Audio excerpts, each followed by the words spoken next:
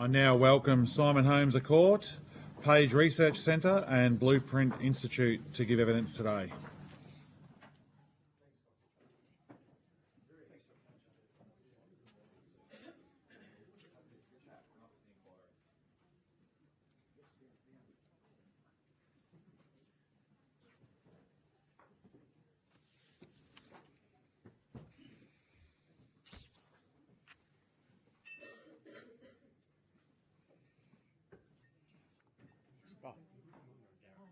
Oh, there's other, anyway, we can talk afterwards. Yeah, sorry to jump in.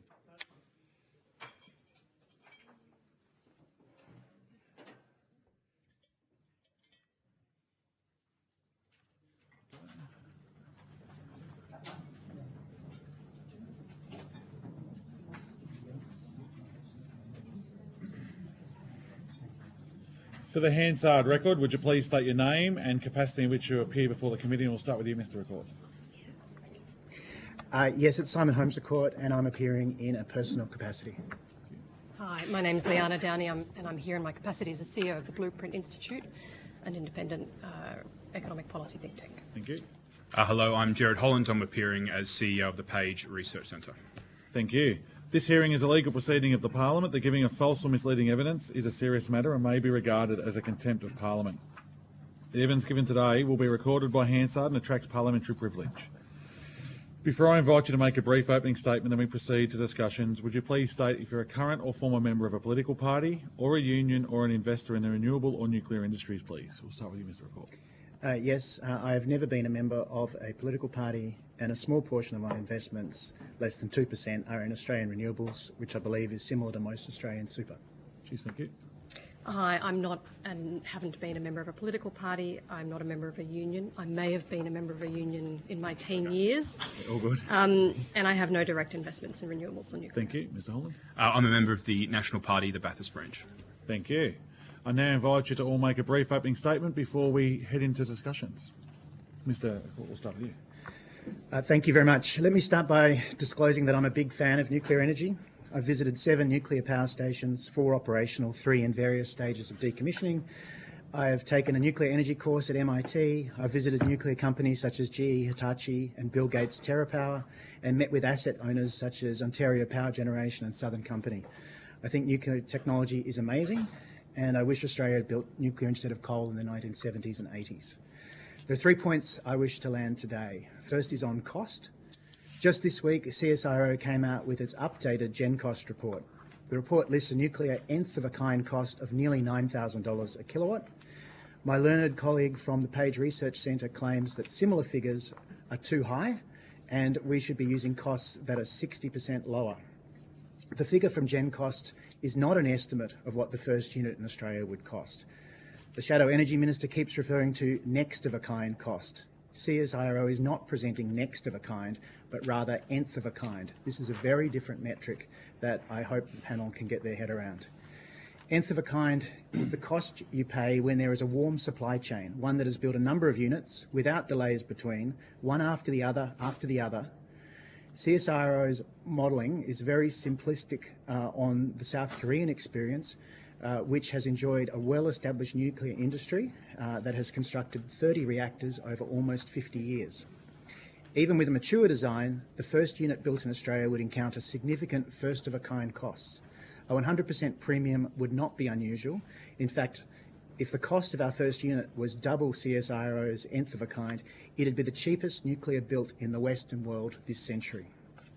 Even in the US, where 2 reactors were recently completed, a recent MIT study confirms that CSIRO is in the ballpark of NOAK, or N of a kind, but they estimate the next of a kind units would cost between 13 and 16,000 Australian dollars per kilowatt, and that's with a warm supply chain.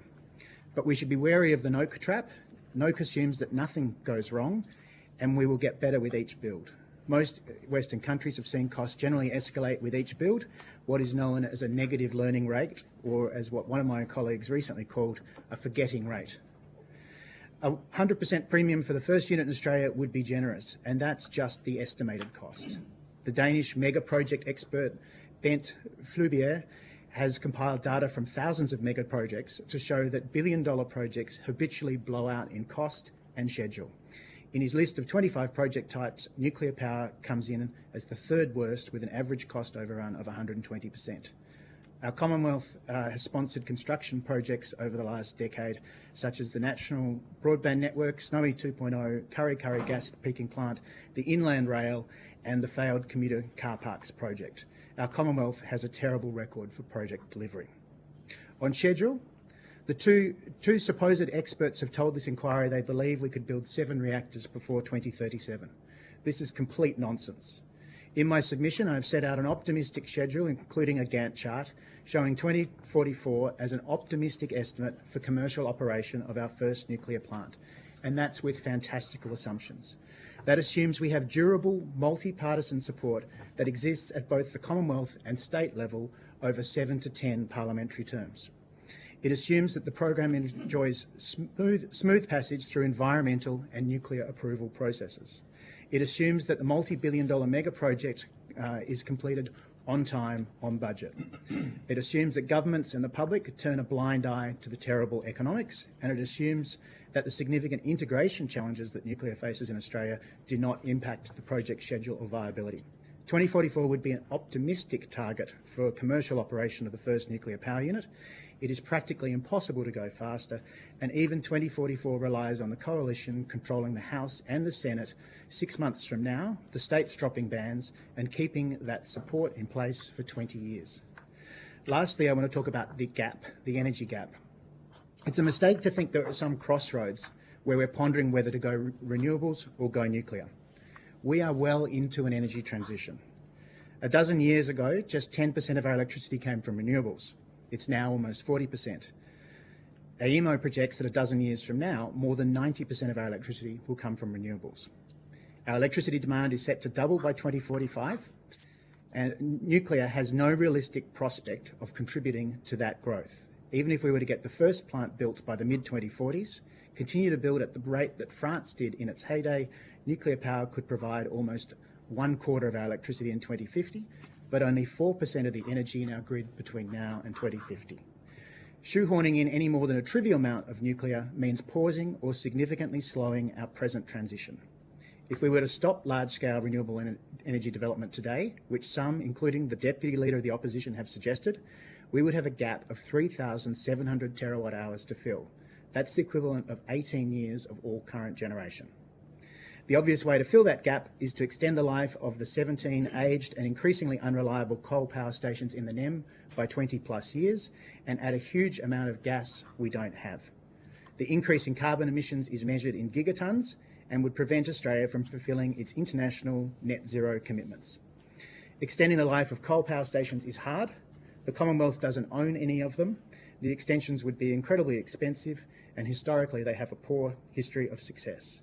Gas is currently the most expensive form of bulk energy in our grid, at least until nuclear comes online, whereupon nuclear would become the most expensive. The last few years have been painful for consumers, but such a plan would only double this pain. A plan for Australia to slow down renewables and wait for nuclear power is a plan for higher emissions, higher costs, and lower reliability of our grid. Thank you. Thank you, Mr. Report. Ms. Downey. Hi, thank you for the opportunity to appear before the Commission.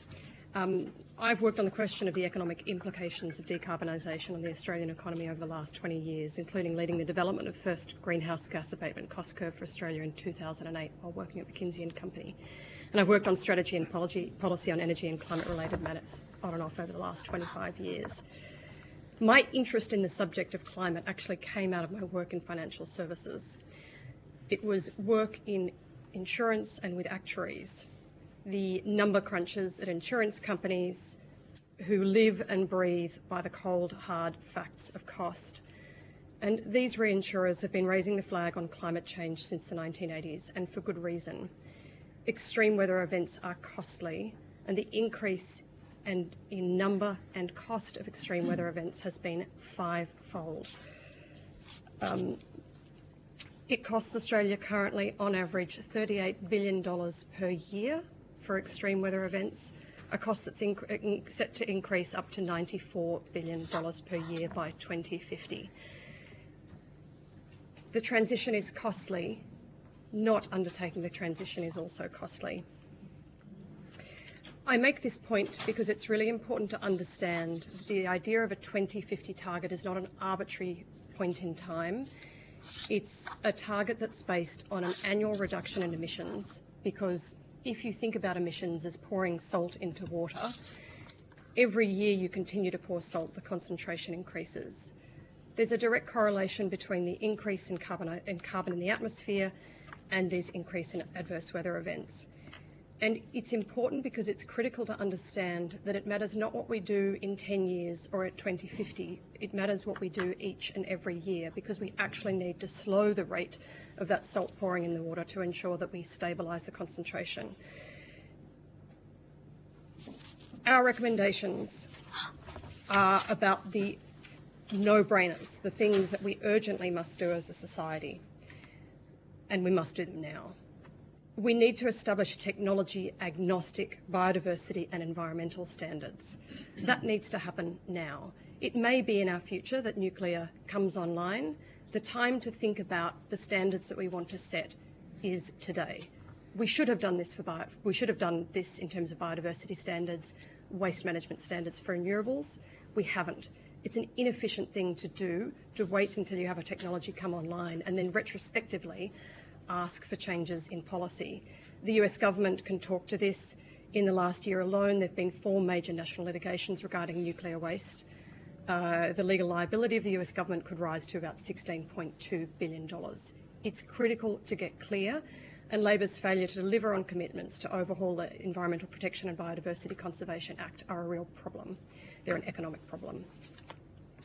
Secondly, it's good to see the improvements in NEM system planning.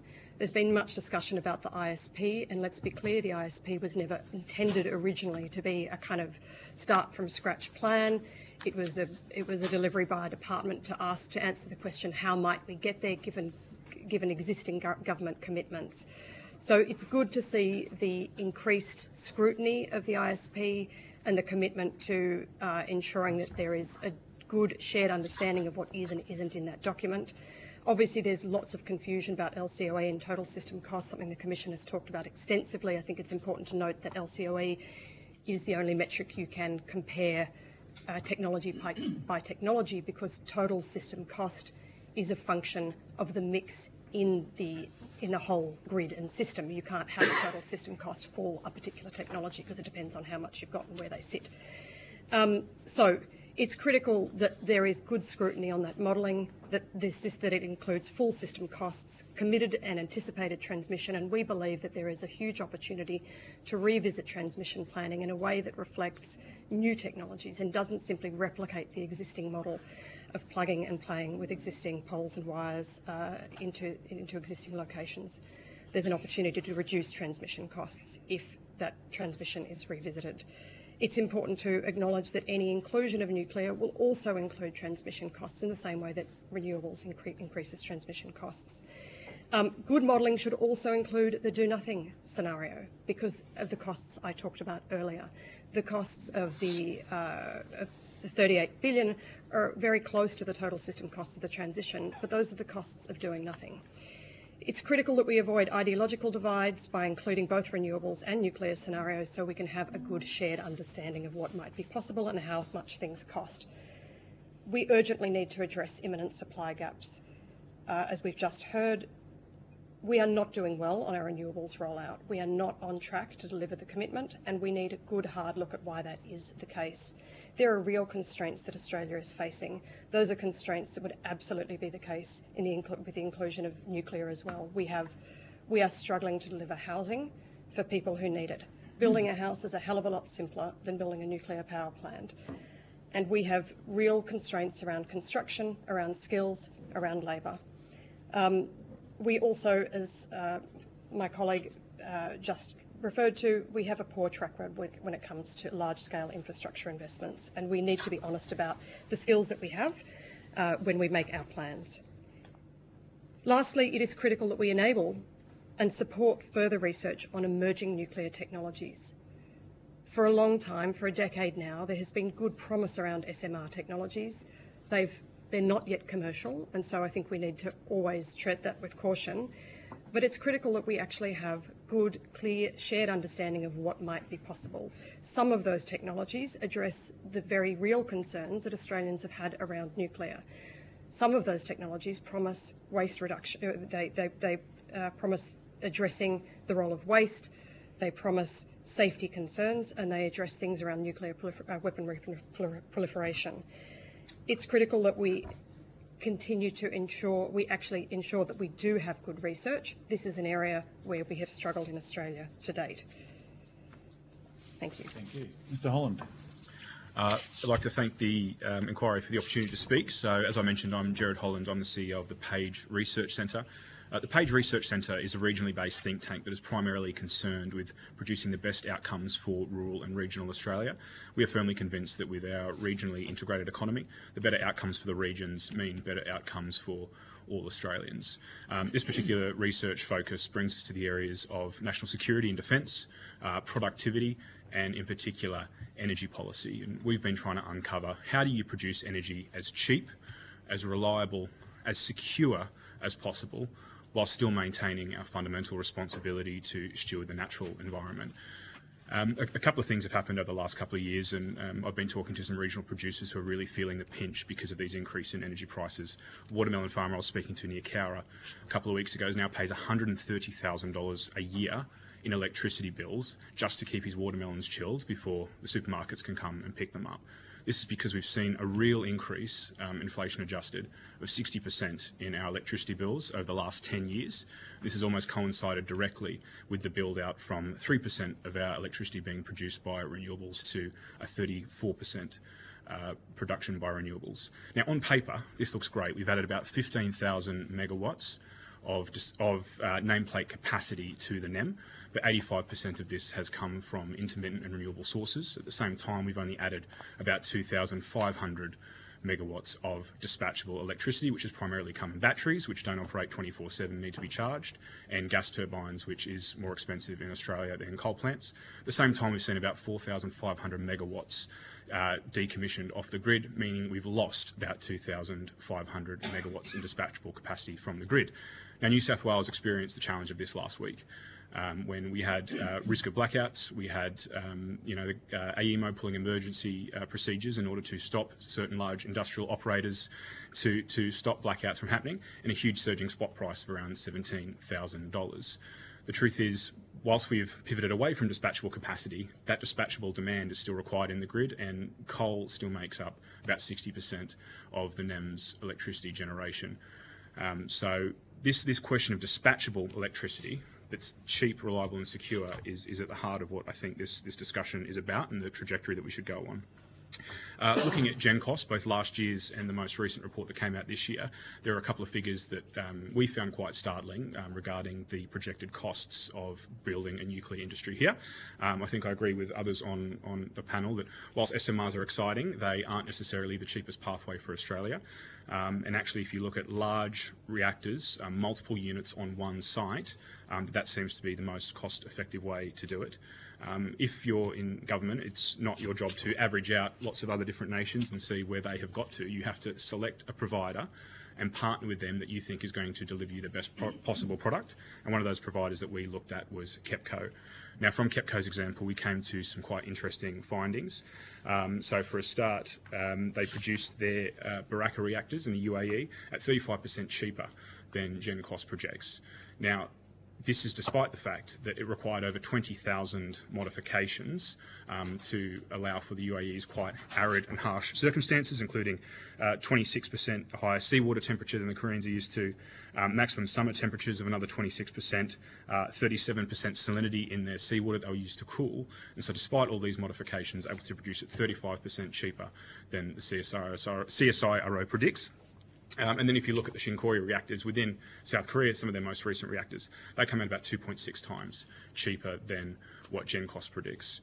There's a couple of reasons for this. They haven't been stop-starting as a lot of Western producers have been doing, be it France or the UK or the US over the years. Since the 70s, they've continuously built nuclear reactors. They've gotten better and better and better at it, safer and safer and safer. They have warm supply chains, which means that they're able to get their kit on spec and on time. And in talking with the KEPCO representatives, they assured us that the $24 billion that was budgeted for when they clicked go on Baraka, it came in under budget and on time. The other important thing to notice here is around the timelines. And from that first Unit 1 in Baraka, 56 months from first concrete pour to electron. I noticed in another submission from a member of this panel that they challenged that and made the point not to get confused between construction time. But again, I haven't Googled this. We went to KEPCO directly. It's quite easy to do. They've got a subsidiary in North Sydney. That was from first concrete pour to electron 56 months. It wasn't hooked up to the grid for another couple of years because of operators within the UAE. The unit was delivered, it was functional, but they were staggering the other units that they wanted to build, and they said, great, thanks, good, we'll get this hooked up in a couple of years when we're ready. It had nothing to do with the construction time to build that. So that was mid-2017. I'd also note that by mid-2018, Unit 2 was 94% of the way built, Unit 3 was 86% of the way built. And so getting it hooked up to the grid and producing electricity consumers is a very different prospect to how long it actually takes to build one of these reactors. I suppose the key takeaway here is when you're thinking about how we plan for the next couple of years, plan for the next decades, is, well, what kind of grid do we want to have? Do we want to have a grid that is based on reliable, dispatchable baseload power, as all of the rest of the world is pivoting towards, or do we want to be the experiment, do we want it to be the petri dish of the kind of worst excesses of utopianism, that we can produce a grid that completely defies the physics and engineering constraints of every other grid in the world, that is relied purely on intermittent and unreliable power, that follows the demand of the weather, not the demand of consumers. And so I would put it to the inquiry that you have to replace like for like, and that if you want to replace reliable baseload power in coal plants, then the natural off-ramp to that is reliable baseload power in the form of nuclear. Thank you. Thank you, Mr. Holland. We'll all have 5 minutes each to ask our questions, and we'll be sticking straight onto time. I'll be cutting people off halfway through if we have to. Mr. Burnell. Well, thank you for that warning, Chair. Runs a tight ship here, you can see. Thank you all for providing evidence today. I want to go to Mr. Holmes. Do you mind if I call you Simon? Go for it. Thank you. Look, a lot of people probably know you for your political exploits over the last few years, but like myself, prior to coming onto this committee, didn't really understand some of your background, and I'm keen to get to your academic expertise, especially around energy analysis. So I'd like to start off with what risks to system security would arise from large nuclear reactor plants, and how would it result in additional costs for consumers? Can you explain what a reactor over 1 gigawatt would do to the reserve margin of Australia's grid, and why that matters? Sure. So it is possible to integrate large reactors into our grid. I won't object to that, but there are challenges with our grid to maintain reliability, or so to retain system security. At all times, the market operator must ensure that there is a reserve margin that is at least the size of the largest unit that could trip. So if the largest unit in the NEM at the moment is Cogan Creek up in Queensland, if that were to trip, then instantly, that same second, we have to get into the grid an equivalent amount of power that is lost. So if we were to increase, say, from that 740 megawatt largest unit to, say, a 1400 megawatt, AEMO at all times will have to contract an additional 700 and something megawatts of energy, and that's a cost that is smeared across all consumers. Now, whenever Cogan Creek trips, you can see the frequency disturbance in the NEM all the way through to Adelaide. You can see that frequency drop. It's manageable because they keep these reserve margins, and it is possible. It's a good thing we now have large-scale batteries, because they can act as a shock absorber in the grid. And in fact, with the new nuclear power reactor in Finland, Olkiluoto 3, the grid operator required a battery be situated next to it, next to the reactor, in order to act as a shock absorber. So it's absolutely possible, but it increases, work has to be done, additional work, to maintain security. One of the biggest issues, though, we have on security is if we take a pause in the energy transition right now. As I mentioned in my opening, we have electricity demand set to double between now and 2045. At the same time, we have 90% of our coal fleet disappearing in the next, say, 10 to 12 years. That opens up a massive gap of generation, both capacity and energy shortfall, if we don't fill it with something, and that something would have to be expensive gas, which we don't have, and extending the life of coal. So that gives us security or reliability issues if we don't keep the pedal to the metal with the energy transition that's going on now. Okay, thank you. And can you explain why you see the 2044 timeline that you used in your opening statement as a more realistic timeline for the development of nuclear in Australia? And I want to emphasise too that whilst a lot of people that might be in the room are probably energy experts or quite invested in it, it's also helpful if we use language that mums and dads back home can understand, so that they can better understand Sure. the important subject matter we're discussing today. I'll do my best on that.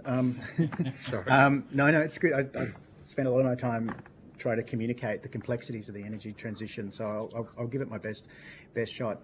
One of the biggest confusions that we see in the debates around energy is how long it takes to build nuclear.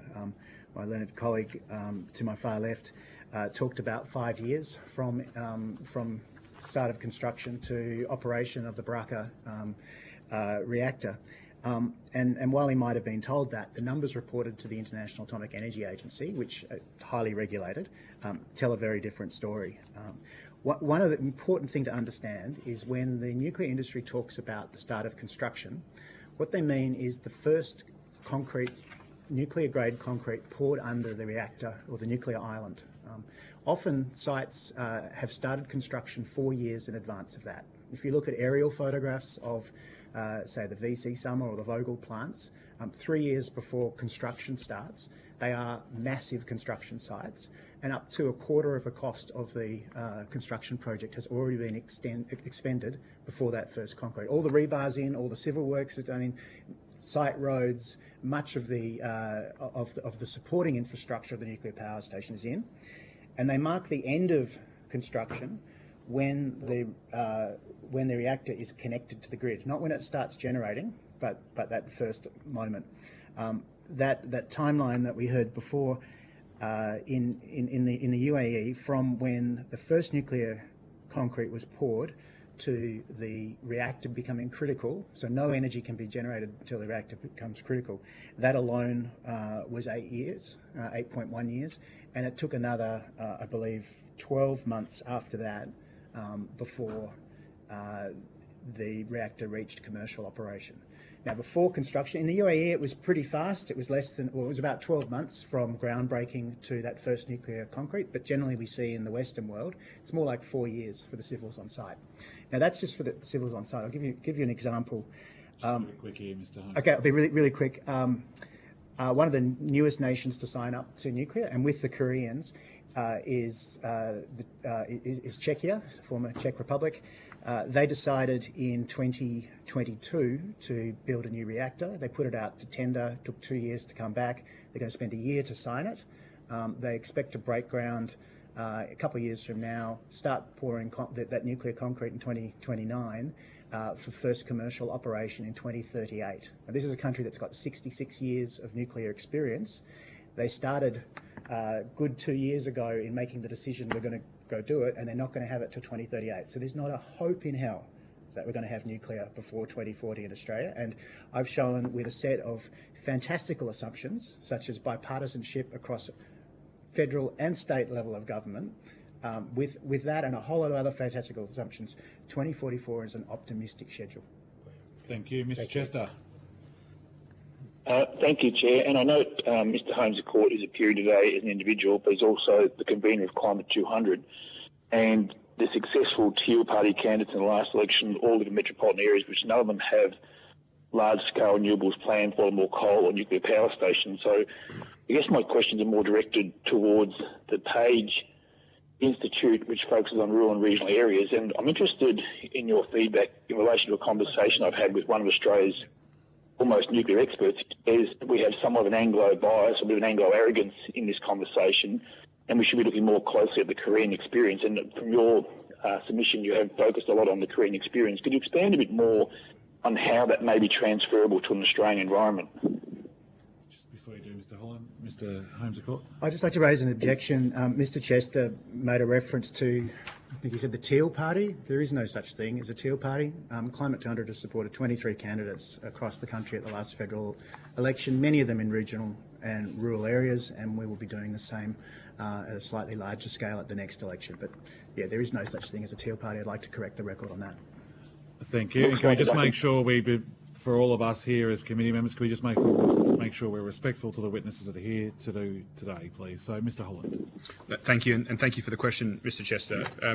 I think fundamentally what sets KEPCO out from other providers is they have a very integrated supply chain. They act as both the prime contractor and then rely almost exclusively on Korean corporations for their architecture, engineering, nuclear steam supply systems, turbine generators, construction, nuclear fuel and commissioning.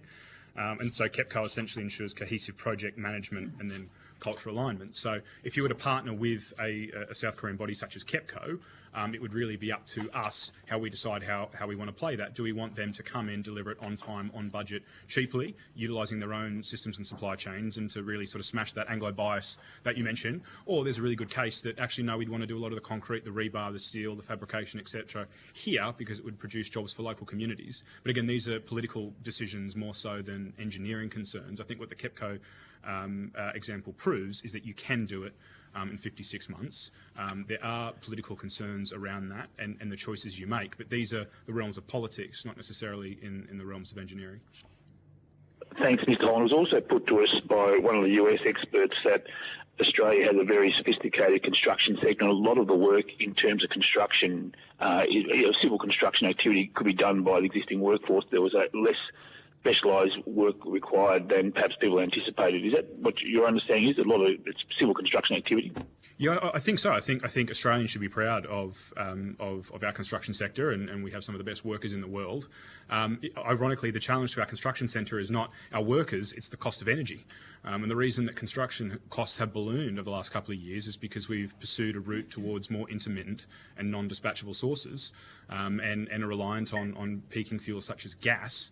As we sort of turn up and down our coal-fired power fleet. So the way to get construction cheaper is to get cheaper energy in, but I have a lot of confidence in our construction centre as being well-beating and easily able to do this. I mean, we've proved that we've been able to put 30% of the renewables into the grid in the last 10 years, so there's clearly no challenge we can't do. That same know-how we could easily apply to a nuclear industry.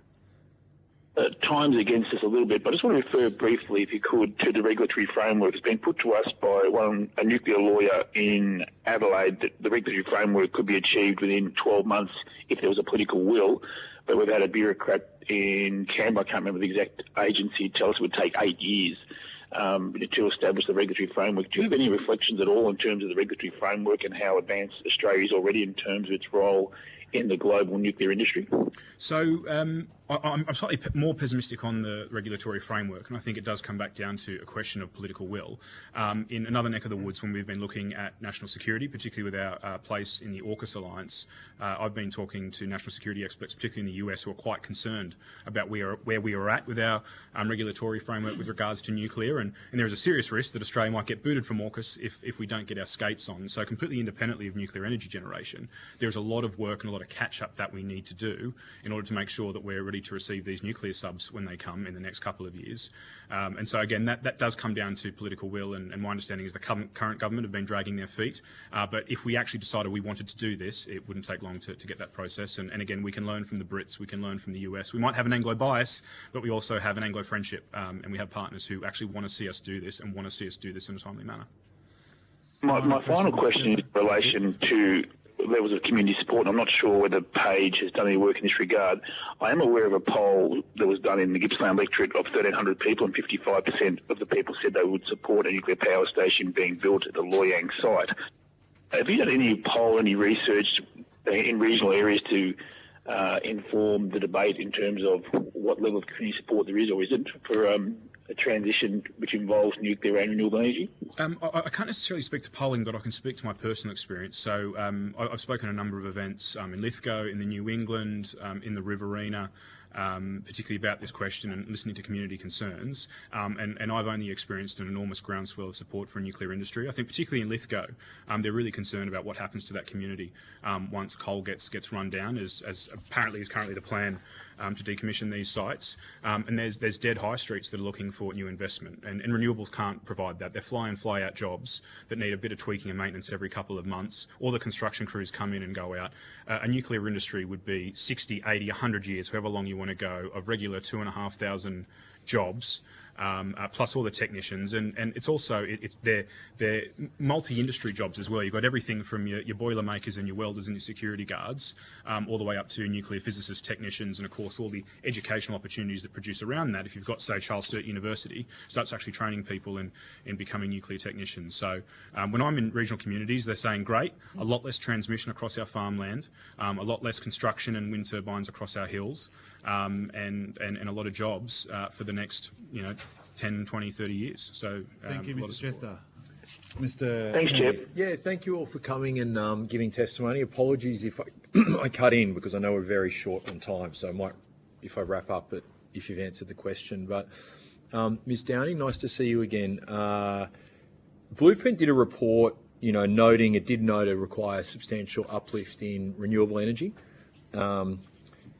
and storage, but it also talked about how it cannot alone power the grid. I think on page 6 of the report it says the results highlight the near impossibility of the dual goals of relying on variable renewable generation and avoiding extended blackouts. Could you explain why Blueprint believe a level of nuclear could be helpful as we decarbonise the grid in that report? Yeah, so thank you. That report looked at the question of, if you look at a 2050 grid, what would the cost to decarbonise that grid be to a 99% level? What we found was that it would save consumers $39 per person to include one small modular reactor in the system.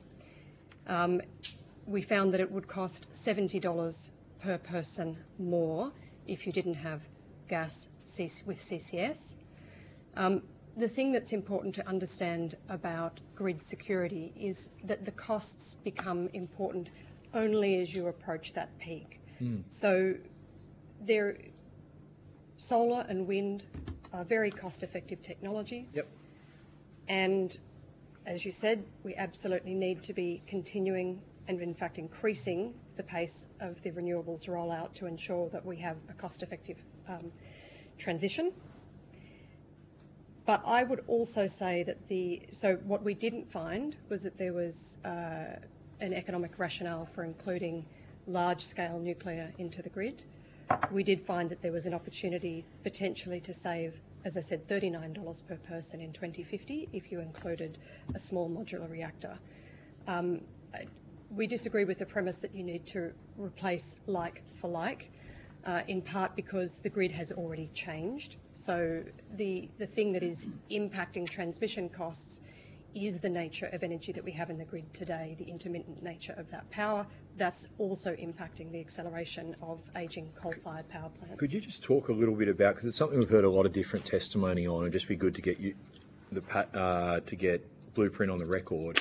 What is it about a intermittent solar renewable grid that adds to that cost, and it gets brought down if you add something like nuclear or others? Can you just explain the rationale for that for that to us? Yeah, so just to be clear, I'm not saying you'd add any nuclear. So no, but in that modelling, how does that work? The inclusion of one small modular reactor as being the most economically So efficient why by does that reduce 2050. it? Why does that reduce it, and why So what is intermittent energy higher? What that does, and this was this was a really specific set of scenarios, and I believe you've already had some discussions with the colleagues that we work with this who produced the MEGS model, Mr. Bongers and Boston. The intermittent nature of solar and wind mean that at different times they'll be producing. You would have heard a lot of this we get production in the day, we get production from solar, we get production from wind at night. They do have a smoothing effect, so when you put the two curves, you lie them on top of each other, Yep. that sort of smooths and settles down. But it does mean you need that there will be certain times, and so this modelling was looking at the extreme cases in which you have wind and solar droughts, which is an event that can happen every 10 years. Mm-hmm. In those cases, as you approach that last 2% of decarbonisation, it is cheaper to have some kind of firming capacity. The current proposal, the national proposal at the moment, of course, includes firming capacity, and it includes storage. One of the big unknowns is what the cost of storage capacity will be in 2050. What we do know is that the cost of storage capacity is coming down. We do know that the cost of nuclear is not trending down globally. That may change. So what I would say is that's looking at a really specific point in time in 2050, but it says nothing about what needs to happen today. Mr. Holland, okay, all right. Okay, Mr. Holland, we just talked about cost. We heard other evidence from some of the witnesses to your left saying it's cost prohibitive. Thank you. Ridiculous cost, and then saying you've been working with KEPCO, who supply 70% of South Australia's energy. That I think you've given evidence they could be a PPP provider to build this. We've heard different evidence from costs throughout this inquiry. Could you just comment, given your experience with KEPCO, what you see as, on cost and why CSIRO or others may be missing things that KEPCO's not? Well, I think the important thing is I don't understand CSIRO, GenCost, AEMO, or even our Energy Minister, Chris Bowen, have ever actually approached KEPCO and asked them what they could produce and to ask for a quote and get them to spec it. My experience... That's the case, sorry? I would. My understanding is that's the case. Okay, yeah. Wow. It wouldn't be hard to do. They've got a subsidiary in North Sydney. They've been nothing but welcoming, and I would strongly encourage Mr. Bowen to make those inquiries, because I think he would find that they're able to promise something that hasn't been provided by GenCost. And again, their track record is they deliver on that. They are a provider who can do that. Talking about costs and that variability, why are they able to do that? So South Korea have much cheaper energy than us, despite the fact that they're a net importer of nearly all of their imports, and nuclear is the cheapest in their grid. The fact is, the way that our grid is set up is, as Leanna mentioned, if you keep building more renewables and you keep building more solar, they're all producing electricity at the same time. So that means the actual price of that pushes down. Negative prices aren't great if you've just spent a lot of money building a wind turbine. It means that you're now not paying off that asset. So the taxpayer has to come in and scoop that up. And so that's what's currently happening. You're also competing with rooftop solar. So the competitive and financial viability of these projects is increasingly minimal. And I understand we've sort of hit that peak at about 20%. Most of the best sites have been taken. And so additional infrastructure is coming on the grid to produce electricity for a lower margin in less ideal sites. And so that's why you're going to see that variability. That's why you're going to continue to see that fluctuating spot price, is because rather than building dispatchable power that's reliable, you're building power that, to Mr. Holmes' point about if a unit goes down, where's the backup? Well, what happens when you have, like in 2020, 2 weeks of a wind drought? What happens when you're in the middle of winter and you have low sun for continued periods of time? Then it's not one unit that you have to replace, it's an entire grid. And so this is why it's very hard to beat dispatchable power, where you, the producer, choose how much electricity you get out of the back end, as opposed to a grid where Mother Earth decides how much electricity you get. Thank you, Mr. Kennedy. How come you focus your views on KEPCO, Mr. Holland? How come they're the only ones you focused on and nobody else? Have been in discussions with KEPCO, have also been in discussions with Hatch, who are a Canadian engineering firm. We've got a piece of work coming out in partnership with them in a couple of weeks. Essentially, we want to understand, how do you actually deliver this? We don't have a particularly ideological affinity to any particular energy generation. There's a question that needs answering. How do you produce it cheap, reliable, secure, and steward our natural environment? And that goes beyond just carbon emissions. That looks at land use, farmland use, and national parks. And so we wanted to understand, well, what's the deal? And obviously Baraka is one of the newest plants that have been built. The Shinkori are some of the newest reactors that have been built in the last decade. So we went knocking, and these were the findings that we came up with. No worries. Have Hatch or KEPCO made any financial contributions to Page Research Centre? No. No? Okay, thank you. Have you advised the Liberal Party on nuclear policy, either before they made their choice of going down the nuclear pathway 7 months ago, or after? No, I've been an advocate of this pathway since I was doing a lot of work on national security in my previous role at the Legatum Institute, and then at the Alliance for Responsible Citizenship, and on the record back in 2023 was talking about my serious concerns around the renewable build-out, particularly with regards to rare earths and critical minerals and the way that China dominates those supply chains, and that's what got me looking into nuclear. Thank you. And companies like KEPCO, if they came over here to build a nuclear reactor, how much of the workforce would actually be with KEPCO? That's all a political decision that we would have to decide. So if you wanted to produce jobs in local regions, and this is what our piece of work that we commission Hatch to looks at, is what is the economic benefit of bringing nuclear industry to Australia. We particularly looked at the Hunter region. That piece of work will be coming out probably mid-January. And so that assumes a 50-50 split. But again, this is a political decision that we're putting in to get a number out the back. That would be up to the people who decided that they wanted to bring that industry here. And you said that Lithgow would benefit from 2,500 jobs with a nuclear plant. How do you know how many jobs would be there, considering we don't know what reactors they're going to use, we don't know how big the reactors are going to be, we don't know what water they're going to use, we don't know how long they're going to take to build, we don't know how much they're going to cost. How can you come up and give 2,500 people in Lithgow the hope that they're going to have a job? Well, so I'm not sitting here saying that there'll be 2,500 jobs in Lithgow. Well, you did say 2,500 jobs earlier. Okay, let me clarify. So when we looked at what it would take to bring 4.2 to 4.4 gigawatts to the Hunter, so that's a like-for-like replacing Liddell and Eraring, you come out with that figure of about 2,500 jobs. Now, there's plenty of water in Lithgow that you could do the same thing there.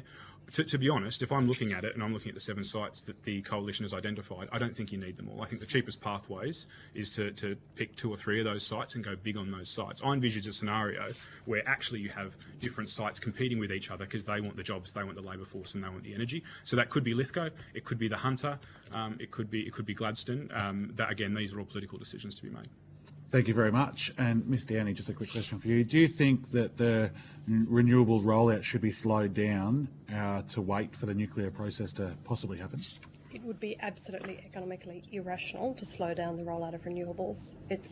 If you're interested in cost, you must continue and in fact increase the pace of renewable rollouts in the country, regardless of what happens in nuclear.